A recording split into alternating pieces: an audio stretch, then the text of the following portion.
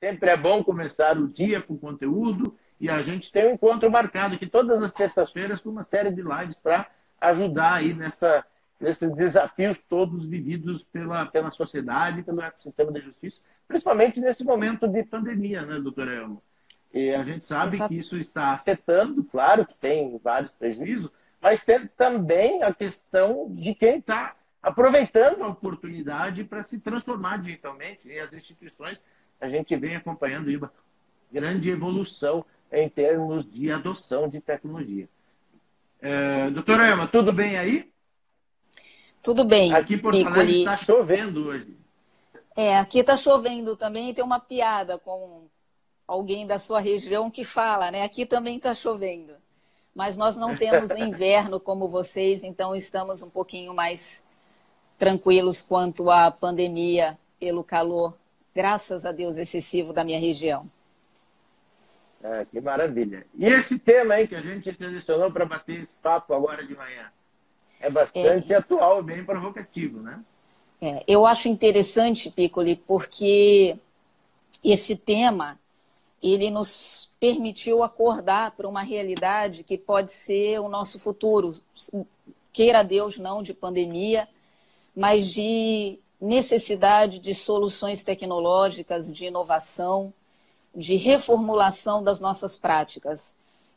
De um modo geral, há uma formalidade muito excessiva no ramo do direito, e isso acaba impedindo, ou quase impedindo, que a gente avance em várias situações. Em 2008, um ex-desembargador, que foi presidente do nosso tribunal, já falava da necessidade de criação de inteligência artificial. Veja que isso faz 12 anos e ele já era um visionário, o desembargador Walter Waltenberg, e falava sobre isso. Quando as pessoas nem discutiam tecnologia ou inovação, você já era um frequentador assíduo do Vale do Silício. E dependendo de para quem a gente fala o que é isso, o que significa isso. Queiramos ou não, a tecnologia faz parte da nossa vida e hoje, ainda mais, nós vemos a necessidade de ter a tecnologia, a inovação a nosso favor. Por isso, eu parabenizo você, eu não posso deixar de começar parabenizando você que lá atrás investiu em algo que ninguém sabia, que se formou nesse sentido, que virou um técnico profundamente conhecedor da matéria e que continua a duras penas, mesmo com toda a resistência do ramo do direito, às vezes até das altas administrações, fazendo a sua parte. Então, você contribui muito para a justiça. Você talvez seja a pessoa no país que mais contribui para o sistema de justiça.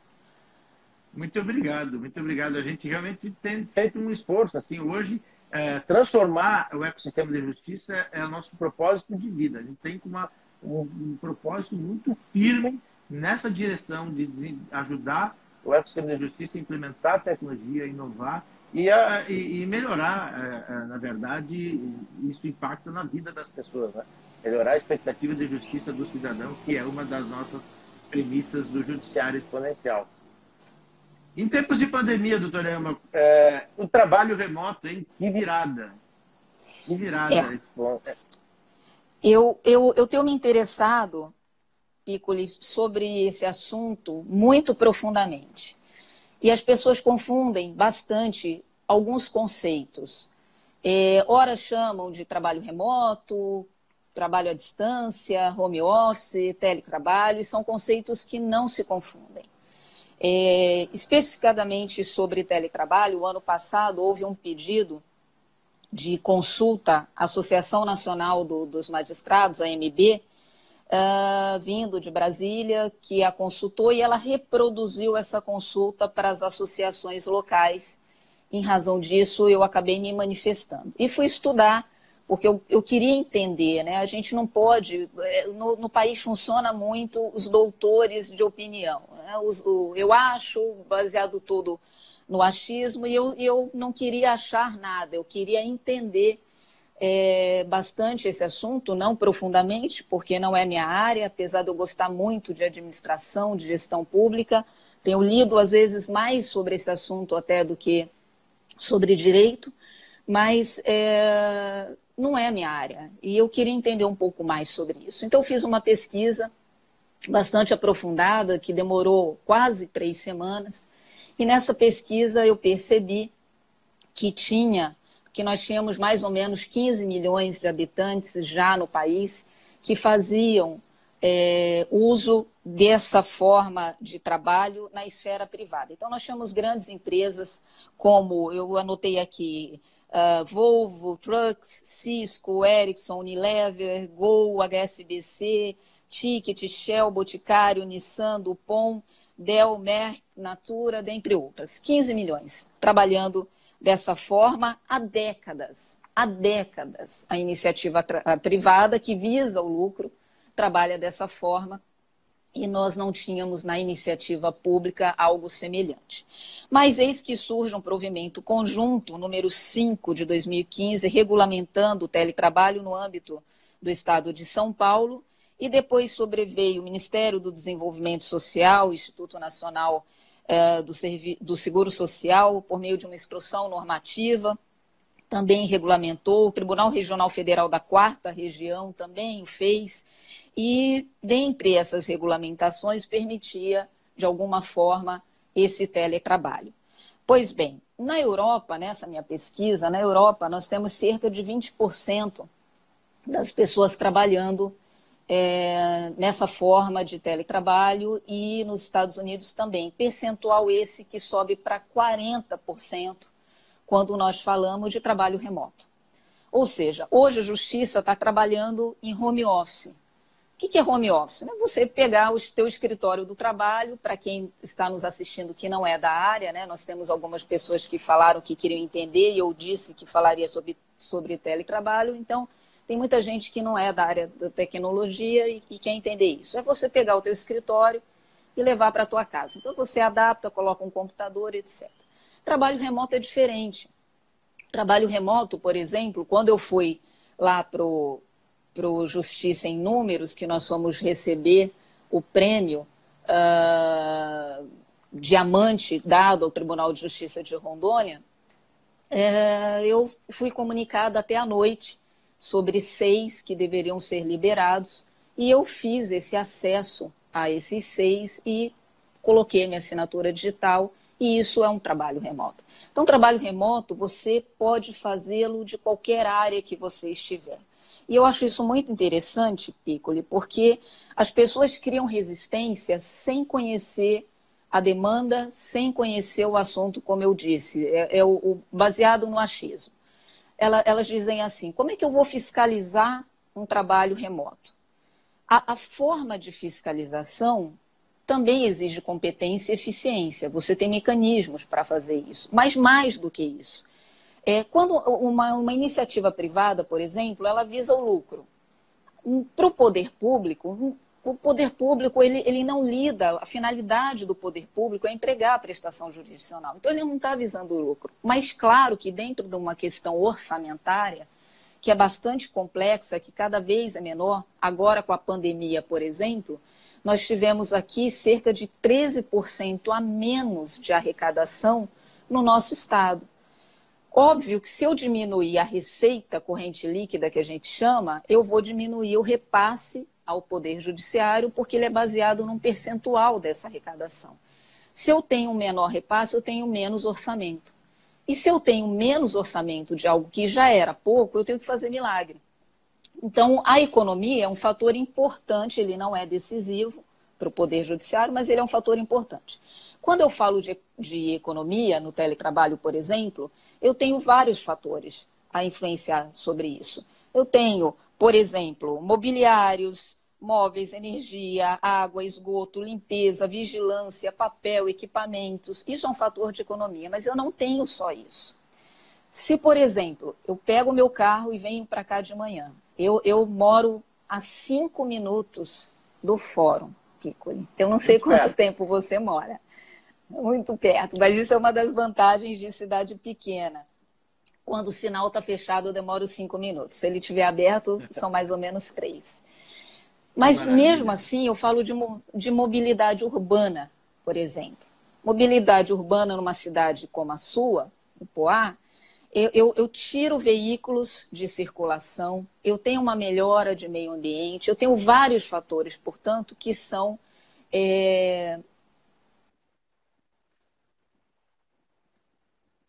Acho que travou um pouquinho. Travou um pouquinho aí, mas já volta. Eu não consegui colocar para não receber, porque seria um modo avião, enfim, eu não conseguiria entrar na rede para falar com você. O fato é que eu falo de mobilidade, por exemplo, urbana, então tem um conceito de meio ambiente também aí aplicado. Não só isso, poluição atmosférica, por exemplo, ar sonoro, questão sonora, vários veículos nessa discussão. Eu falo de ganhos de servidores com redução, por exemplo, de absenteísmo. O que é isso? O afastamento do servidor do trabalho por vários motivos. Hoje em dia, nós tivemos já, eu tenho acompanhado algumas estatísticas que não são oficiais, mas, por exemplo, falam muito que a depressão é o mal do século.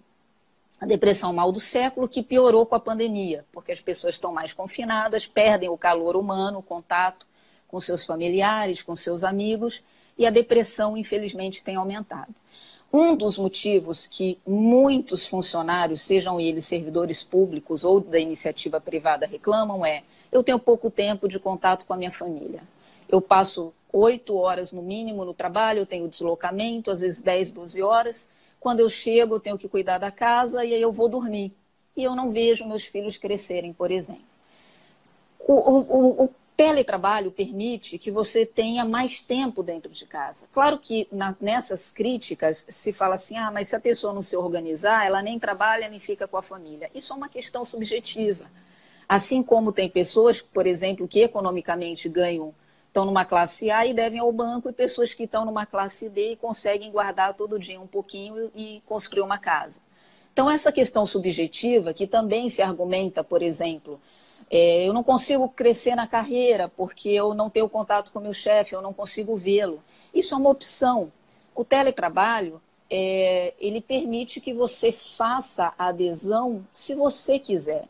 E nesse processo, abre aspas, econômico, existem regulamentações que dizem que você tem que aumentar a sua carga de produção pelo menos 20%. Se você produz 10 sentenças por dia e quer fazer teletrabalho, você vai ter que produzir 12.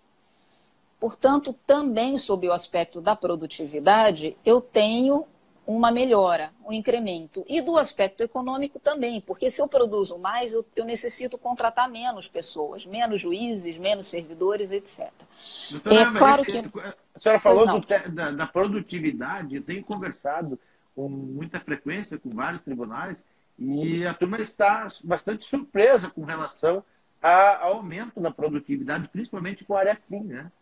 Já tínhamos alguns indicadores, eu tenho, por exemplo, conversei com o gerente de RH do Tribunal do Amazonas, e ele me deu um dado que ele tinha uma informação lá de 170% de produtividade das pessoas que estavam com teletrabalho até o final do ano passado.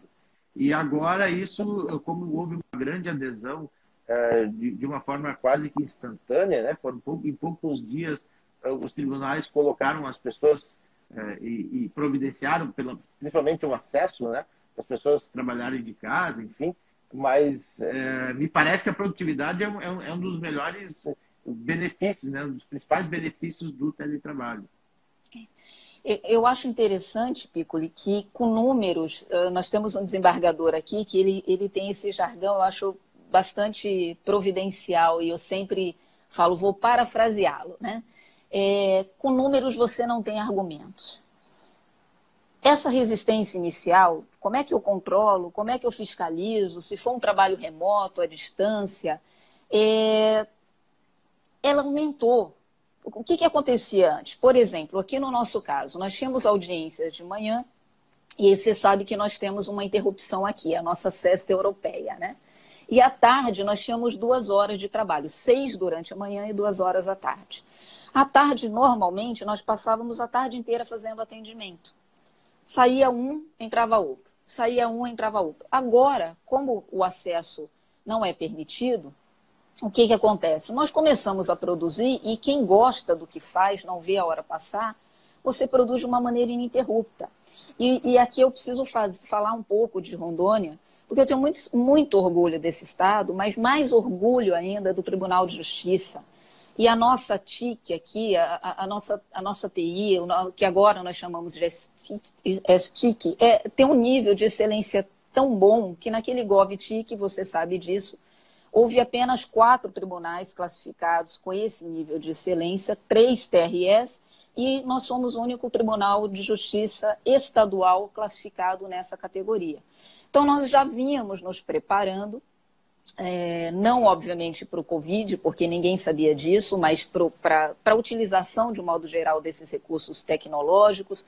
Nós tínhamos desenvolvido as sinapses, que depois virou o convênio, o termo de cooperação com o CNJ, e nós estamos aguardando a contrapartida. Virou uma plataforma, né? O Sinapse virou uma plataforma de inteligência artificial para todo o judiciário. O cumprimento e o Tribunal de Justiça de Rondônia, que sempre esteve à frente, né? Sempre pioneiro, trazendo inovação, trazendo tecnologia, e o Sinapse é uma prova disso, né? Foi uma grande inovação desenvolvida aí no Tribunal de Rondônia, e o CNJ entendeu a importância disso e abrigou isso lá no Conselho Nacional de Justiça, transformando isso numa plataforma de inteligência artificial para todo o Brasil. Cumprimento do Tribunal de Rondônia.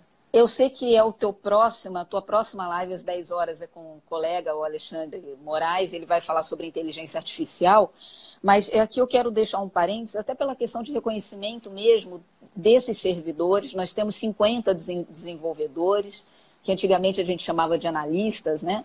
E é um percentual muito pequeno, ainda que nosso tribunal seja de pequeno porte, mas eles desenvolveram o que nós chamamos exatamente de inteligência artificial. Porque eu ouço, às vezes, alguns sistemas, algumas plataformas que usam ferramentas de inteligência, mas que não são inteligência. Ou outras formas, como automatizações, né? Quando, por exemplo, para os colegas que não são muito afetos a essa área, se eu faço uma seleção de 30 processos para eu validar junto ao Bacenjude, que são as penhoras, junto a instituições financeiras, e dou um comando único, isso é uma automatização, isso não é uma inteligência artificial, né? A inteligência artificial faz pensar, ela toma decisões. E aí também vem os críticos dizendo, mas nós temos que tomar cuidado com isso, porque no país tal começou-se se estigmatizar determinadas pessoas. Depende de quem alimenta, de quem faz esse controle propriamente da alimentação, para que você não utilize dados incorretos, mas é perfeitamente controlável. E nesse aspecto da produtividade, voltando a ele, que foi o que eu disse que eu gostaria de falar, como é que você sabe? O volume sempre impressiona muito, claro. Mas como é que você sabe se um tribunal, por exemplo, foi muito produtivo ou não? Você faz uma comparação estatística semelhante ao que você faria, por exemplo, numa área de trânsito. Eu sei que Porto Velho é mais violenta no trânsito do que Porto Alegre, porque eu pego a cada 100 veículos quantos que eu tenho de acidente. Eu vou ter, hipoteticamente, 10, lá em Porto Alegre eu vou ter 5. Então, eu sei que o trânsito, apesar de ter um número menor de acidentes, ele é mais violento porque a cada 100 veículos. Nesse contexto, o que acontece? Nós pegamos aqui, logo com as estatísticas iniciais, Piccoli, o número de decisões proferidas e o número de magistrados. Nós somos apenas 126 de primeiro grau.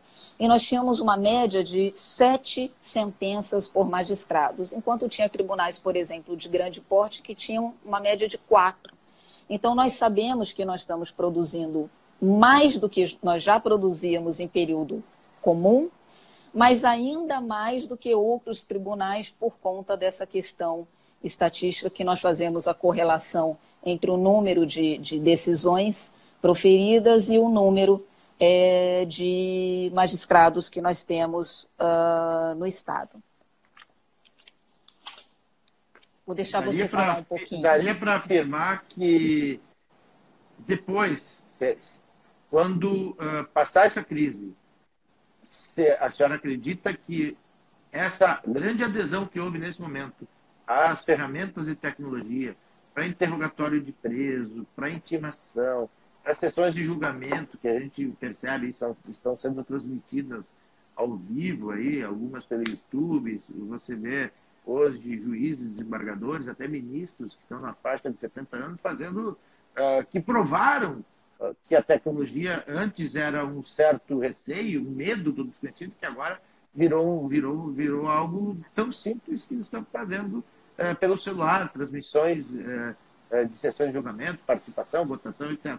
Eu acredito que as pessoas, ao regressarem da crise, deixarão de usar essas tecnologias ou ainda será mais intenso o uso? Eu acho que isso é um caminho sem volta. Como foi percebida a utilidade a respeito dessas questões tecnológicas, das questões de inovação, e que elas nos auxiliaram no campo da eficiência, no campo da produtividade. Como eu disse, Rondônia tem esse grande mérito de ter se adiantado. Nós, por exemplo, fizemos aqui a implantação de um sistema para execução penal. Execução penal, para você entender, nós tínhamos processos físicos, Piccoli. Isso é muito comum no país inteiro. Às vezes nós temos, por exemplo, uma rebelião que ocorre no presídio porque o preso alega que o benefício dele venceu e que não foi concedido. Nós implantamos aqui um sistema e nós temos um governador que ele foi secretário de Justiça. Então, quando eu falei para ele, ainda na gestão passada, que nós faríamos tudo eletrônico e teríamos cálculo, por exemplo, feito de maneira automática, ele ficou muito empolgado com isso. Aí nós vamos voltar para algo que nós já falamos aqui sobre o teletrabalho. Questão econômica, por exemplo. Se eu faço uma videoconferência, e hoje eu posso fazer por várias formas. O próprio CNJ disponibilizou a plataforma Cisco, nós temos o Meeting, nós temos Hangouts, nós temos várias formas. Tem colegas que fazem pelo WhatsApp. E nós temos várias formas de fazer videoconferência. Se nós fazemos as videoconferências, por exemplo, dessa forma, de novo o sentido macro. Eu gosto muito dessa visão sistêmica, porque não adianta eu resolver a minha unidade e o Poder Judiciário não ter um benefício maior. Sempre a gente tem que pensar no todo. O que é bom para o todo? E o todo envolve a administração pública geral. Então, se eu faço uma videoconferência, por exemplo, olha só, vou tentar listar de maneira resumida, porque a gente poderia falar 1 hora só sobre videoconferência ou até mais. Primeiro, eu não tenho possibilidade de resgates. Claro que pode alguém entrar num presídio e resgatar um preso de lá. Mas concorda comigo que é muito mais fácil resgatá-lo num deslocamento do presídio para o fórum? Claro. A gente teve casos efetivos que aconteceram no Rio de Janeiro, né? Exatamente. Inclusive, houve danos, as pessoas com risco, se dirigindo ao foro, risco, né, à população. Perfeito. Com risco à sociedade, com risco ao servidor, porque quando você faz um deslocamento, você não faz deslocamento com um único servidor. Esse servidor ele é deslocado do setor dele de trabalho, tem o motorista, tem a escolta. Aí nós temos o veículo que vai fazer esse transporte, nós temos o desgaste dos pneus, nós temos o combustível, nós temos uma série de motivos. Como é que nós fizemos aqui? Lá no presídio houve a disponibilidade, e aqui eu quero agradecer também muito a nossa corregedoria. Nós temos um colega que está lá há muito tempo, que também é um colega muito visionário, o doutor Mazini, que ajudou muito nesse processo de crescimento, de evolução sem resistência, que eu acho que é o nosso maior... Mas ele é um juiz que ele usa a tecnologia, gosta de tecnologia. Ele usa muito, também, né? Ele usa muito, exatamente. Então, o que nós fizemos? Nós conseguimos que lá no presídio fossem disponibilizadas salas e fizemos uma espécie de agenda coletiva. É aquilo que eu te falei, tem que ser coletivo sempre. O preso ele é levado para essa sala e naquele horário nós entramos aqui por meio da videoconferência para poder interrogá-lo ou ele acompanhar a audiência. É claro que a gente permite, conforme o procedimento, que sejam obedecidos todos os requisitos a ela afetos, como contato com o seu advogado ou com o defensor público, enfim. Eu acho, Piccoli, que isso é um caminho sem volta. Por quê? Quando eu conversei com o governador, logo na primeira semana dele de posse, ele me disse o seguinte, ele falou assim, doutora Ilma, a senhora só me trouxe notícias boas. Na primeira semana de governo, a senhora imagina o que eu estou vindo de pedido. E a senhora veio me falar de coisas boas aqui. A gente tinha falado sobre tornozeleira, do CNJ fornecer, por meio de convênio, desse sistema da execução penal, que passaria a ser todo eletrônico, e também da videoconferência que nós implantaríamos. Isso ano passado, a gente nem sonhava com Covid, né? E ele me disse o seguinte, ele falou assim, para o ano que vem, eu tenho metade do meu orçamento para essa finalidade. Por quê? Porque quando eu pego um camarada, Piccoli, lá de Vilhena, que é o meu extremo, que é a cidade que faz divisa com Mato Grosso, a cidade mais fria que a gente tem, né? De temperatura fria, não de sentimento humano. E aí colocamos alguém para ser deslocado para Porto Velho, são 700 quilômetros, eu não lembro exatamente a distância, mas leva aí cerca de 10, 12 horas. Você imagina o que representa isso? Pois não. Só um comentário aqui, o doutor Mazini está nos acompanhando, ao vivo, participando. Ele mereceu esse destaque, né? Porque é alguém que é entusiasta de tecnologia, a gente precisa de uma legião de Mazini e de Ilmas pelo Brasil afora. E ele diz que está saindo agora, pedindo desculpa para sair, para participar de uma reunião, adivinha, videoconferência. Olha aí. Ó. Que bom, que bacana. A tecnologia na prática, né? Exatamente. Então, o que acontece? Imagine o que significava trazer essa pessoa. E não só tudo aquilo que eu falei. Não era só o risco à sociedade, o desgaste das viaturas, o gasto com pneus, combustível, tudo isso. Mas, por exemplo, se eu desloco um servidor desse e ele vai pernoitar aqui para voltar no dia seguinte, ele vai ter concessão de diárias, etc. Quando eu faço uma videoconferência, eu elimino tudo isso. Eu acho muito complicado e aí a gente precisa, Piccoli, nesse momento, eu não acho ruim quando as pessoas querem o melhor para si. Isso é natural do ser humano, né? O compromisso, por exemplo, da defesa é com o seu cliente. Mas nesse momento de tanta sensibilidade, de tanta afetação, nós precisamos que a OAB, por exemplo, seja muito parceira do sistema de justiça. Se nós não tivermos, nós temos muitos advogados que entendem de tecnologia, que sabem que isso é um caminho sem volta, que sabem dos benefícios, mas nós temos também dentro da OAB muitos resistentes, que vão falar assim, não, eu preciso que seja presencial. Tem casos, a minha unidade aqui, por exemplo, lida com sistema protetivo. Tudo que criança e adolescente é vítima, sou eu quem faço.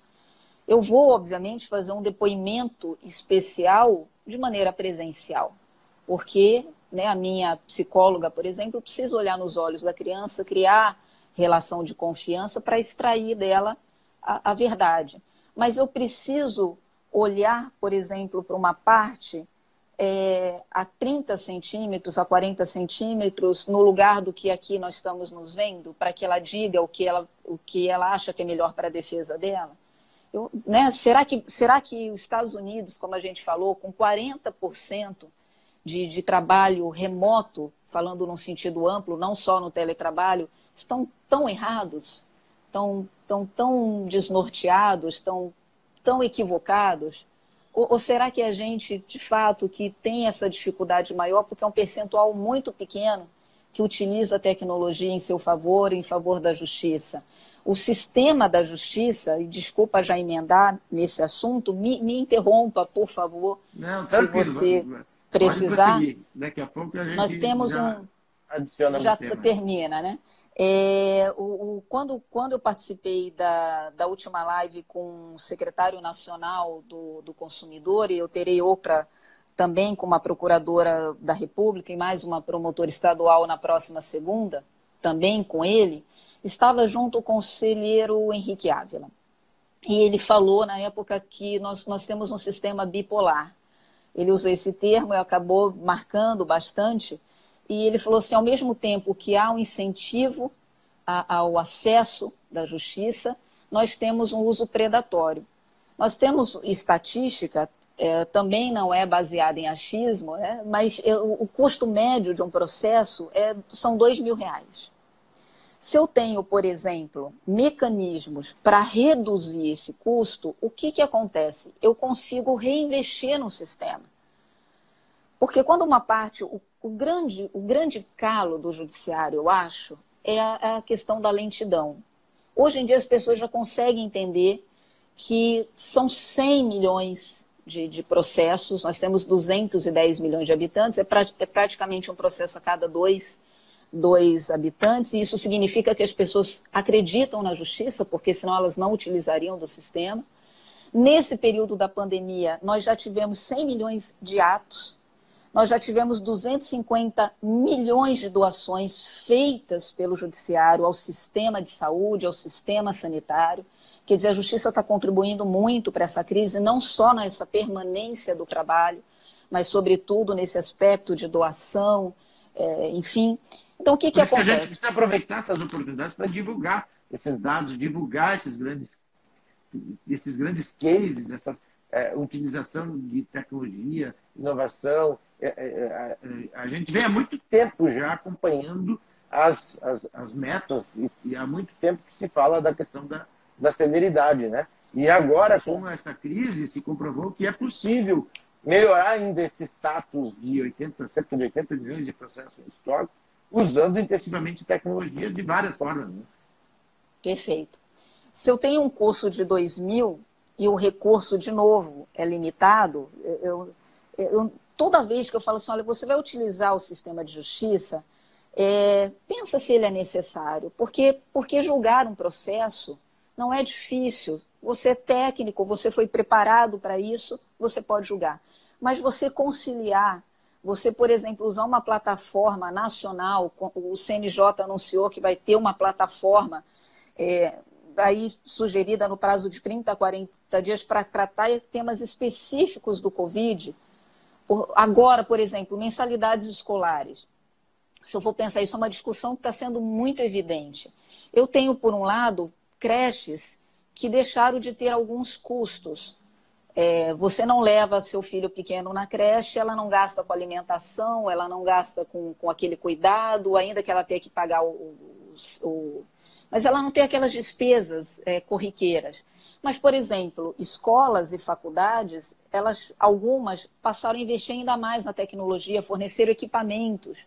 Então, isso decidir tecnicamente é muito fácil, mas decidir em termos conciliatórios, para que um não afete o outro, ou a nossa atitude como jurisdicionado, ela afeta o sistema todo, porque ela tem um custo. E esse custo, via de regra, ele é repassado para os demais. Eu falei muito sobre isso a respeito da crise aérea no país. O setor tem cerca de 1% destinado às questões consequenciais de decisões judiciais. É um custo que é de cerca de 300 milhões, que é repassado, obviamente, para passagem. E aí, quando eu compro uma passagem para ir para Porto Alegre, você vem para cá, se a gente precisar de uma consultoria, você vai estar pagando porque alguém demandou. É necessário demandar? Muitas vezes porque ocorrem abusos, desrespeitos, e a gente tem, por exemplo, uma legislação consumerista que é opção do legislador e eu não posso ser ativista e querer mudar isso. Eu tenho que seguir a lei. Mas num aspecto conciliatório, eu preciso que a parte entenda que isso tem um custo, que ele não vai para baixo do tapete e que desaparece, e que às vezes ela própria vai acabar sendo refém ou vítima desse custo, porque vai refletir para ela também. Então, isso tudo é uma grande engrenagem. A gente não vai ter uma volta, eu acredito, nós jamais vamos retornar ao status quo. Eu acho que os avanços vão ter menos resistência e aí é onde a gente precisa aproveitar esse efeito para poder desenvolver ainda mais ferramentas, sistemas, como por exemplo, o Sinapses, que inclusive está sendo utilizado já em alguns tribunais, além do próprio Tribunal de Rondônia. É muito interessante. A gente tem vários impactos, né? Na verdade, várias áreas impactadas pela tecnologia. A gente falou do teletrabalho, falou da videoconferência, aliás, a gente tem que falar da intimação também, né? a questão do WhatsApp, que sendo utilizado em vários tribunais já normatizados, a senhora acredita também que essas ferramentas serão ainda mais utilizadas para o processo de intimação? Acredito. Mas, ao mesmo tempo, a gente tem que tomar muito cuidado. O que acontece? Nós tivemos um programa televisivo no domingo falando sobre possíveis fraudes no recebimento de heranças. Não sei se você viu. Hoje, o sistema de maior utilização é o PJE, né, o processo judicial eletrônico. Claro que nós temos sistemas híbridos, tribunais que têm sistemas híbridos, porque ainda tem processo físico, junto, coexistindo com outros sistemas, Projude, SAGE, etc. Mas o que acontece? O PJE, como o próprio nome diz que é um processo judicial eletrônico. E foi uma grande bandeira da OAB, na época, de fazer a aprovação de uma lei que permitisse que o próprio advogado autenticasse os documentos para inserir no sistema. Né? Então, se dispensou, por exemplo, o custo que você tinha ao ir num cartório e fazer a autenticação daquele documento conforme o original. Bom, no PJE, eu não coloco um documento original. O documento original ele está aqui na minha frente. O documento original está me dizendo que eu tenho um processo a cada 15 voos nos Estados Unidos e que no Brasil eu tenho um processo a cada 1.277. No Brasil, 1 a cada 15, isso foi uma estatística que eu fiz o levantamento da América e da Delta, um processo a cada 15, e nos Estados Unidos um processo a cada 1.277. Nossa, ou seja, confirma aquela questão do uso do sistema. De maneira excessiva, não sei, mas nós precisamos pensar no pulso dele global. Pois bem, quando eu pego esse documento original e coloco no PJE, você concorda comigo que ele deixa de ser original? Porque ele é um documento escaneado. E aí o juiz ele decide conforme aquilo que está lá no processo, que é autenticado. Se o juiz decide conforme o que está lá autenticado no processo, como é que eu divulgo num processo que, numa reportagem, que o processo foi decidido com base em documentos falsos? Como é que o juiz vai saber disso? Então, ao mesmo tempo que o uso da tecnologia, PJE, como a ideia do sistema único, é que os tribunais falem entre si.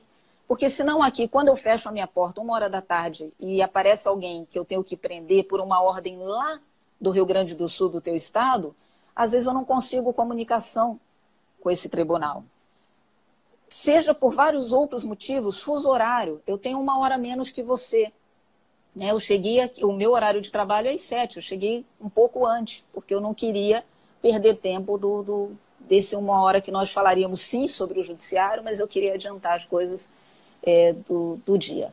Pois bem, eu tenho diferença de 1 hora para você. Tem estado da federação que tem diferença de 2 horas. E como é que se comunicam se o sistema não for único? Então, essa questão do sistema único, ela é uma ideia que veio para somar. Mas, apesar dela vir para somar, ela tem questões que demandam problemas. Nós temos que, ao mesmo tempo, nos valer de tecnologia, mas também ter uma preocupação com a questão de segurança. Por isso que eu volto a dizer, a OAB talvez seja a melhor parceira que nós tenhamos nesse período, mas essa parceria ela tem que funcionar não pensando no que é bom só para a OAB, o que é bom só para o advogado. Nós temos que pensar o que é bom para o sistema de justiça. Porque se eu ficar insistindo, por exemplo, lá numa sessão de conciliação do juizado, o juizado é para quem, Pico? Ele não tem condições. Tem gente que vai propõe uma ação cujo processo tem um custo médio de R$2.000, de R$50. Eu vi que eu tenho um defensor público que entrou conosco, o defensor geral daqui, doutor Hans.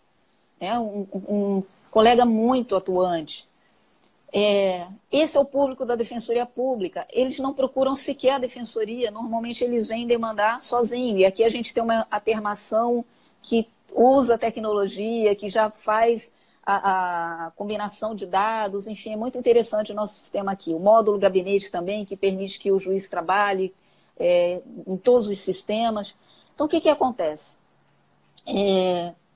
Como é que eu penso para atingir essa pessoa também? Se eu insistir que uma conciliação deve ser também lá no setor, nos sejusques, que são os centros, né, que fazem esse trabalho de conciliação, que tem que ter a presença de um advogado, será que eu não vou inviabilizar?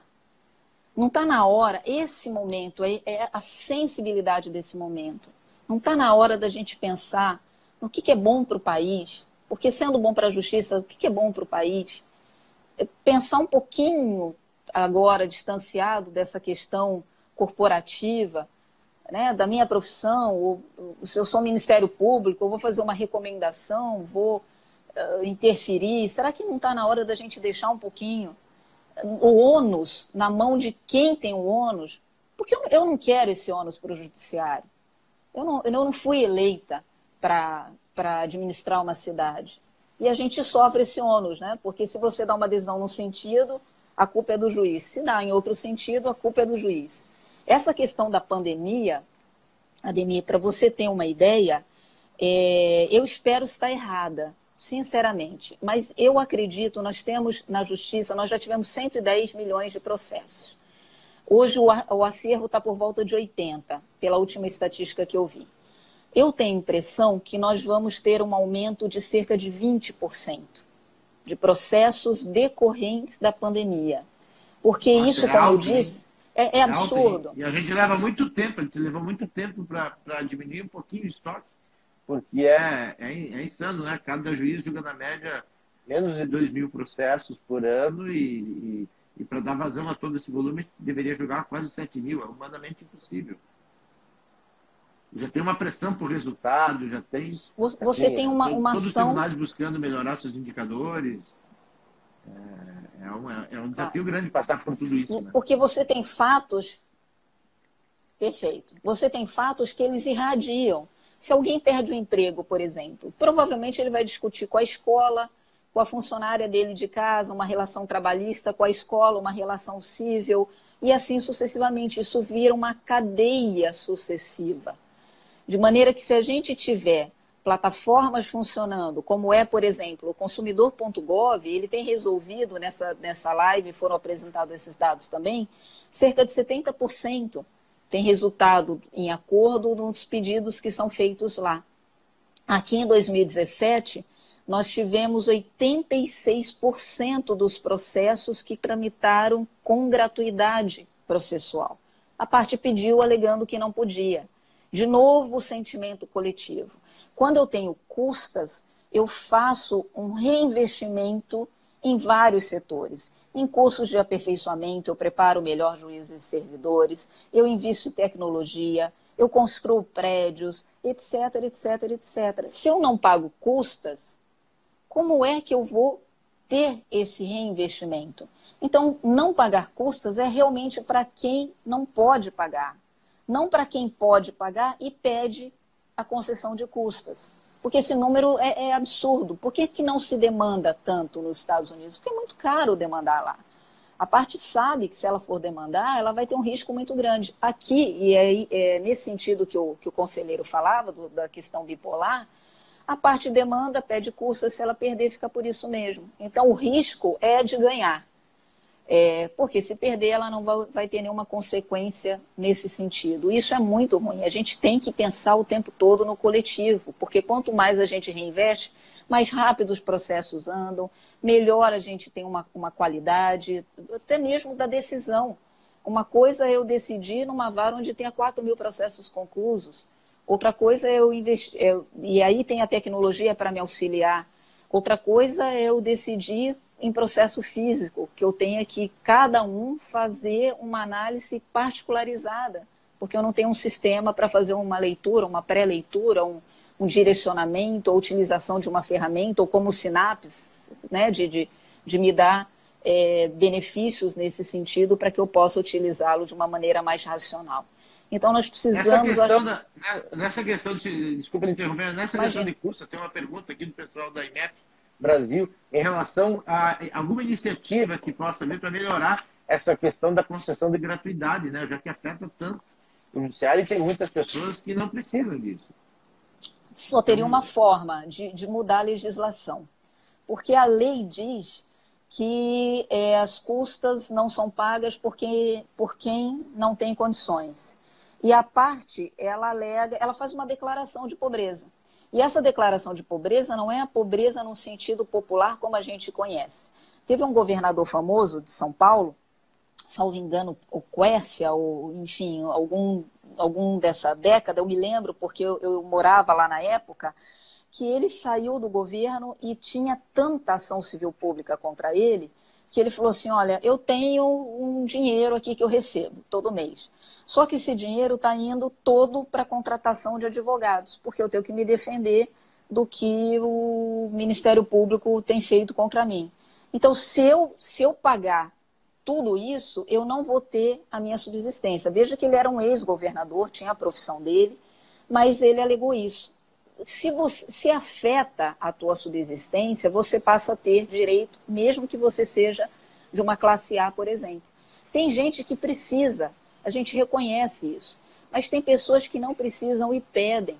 E aí vai esse sentimento pouco patriota, né? O brasileiro, às vezes, ele fala muito disso, olha, eu quero melhor para o país, eu sou contra a corrupção, e você vê que do número de habitantes que tem no país, o número de milhões de pessoas que pediram um auxílio emergencial.